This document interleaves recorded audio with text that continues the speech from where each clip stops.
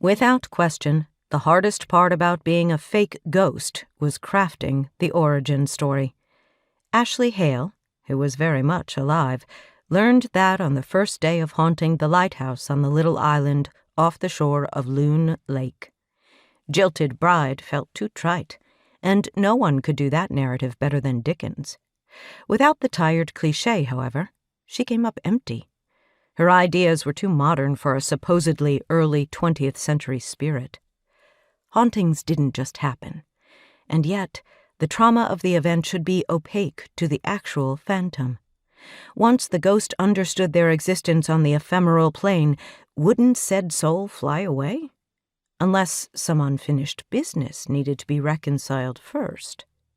Ashley should be able to invent something. After all, she was living through an unresolved problem of her own, and she was looking right at him through the smudged single-pane window. Her estranged husband strolled along the perfectly maintained lawn of the historic Queen Anne Revival Lakeside Resort.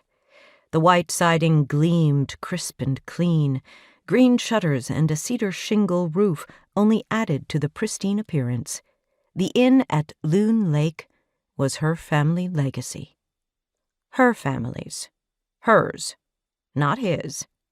Marriage hadn't granted him blood rights. Nevertheless, he strolled along on a sunny June afternoon, exchanging pleasantries with the guests as if nary a worry weighed him down. Christopher's toothy grin remained firmly in place, like a mayoral candidate on the campaign trail. She hated the way his smile curled her toes and electrified her skin. As much as she tried to loathe him over the years, she'd never succeeded. She'd loved him first, and she'd adore him forever. He was her weakness. 10 years ago, she'd learned a hard truth. She'd never be his choice. The resort wasn't his to claim. She had time. Xavier, her father, had waxed poetic about the family legacy for as long as she could remember. But in the end, he hadn't cared about the typical blood relations' first inheritance.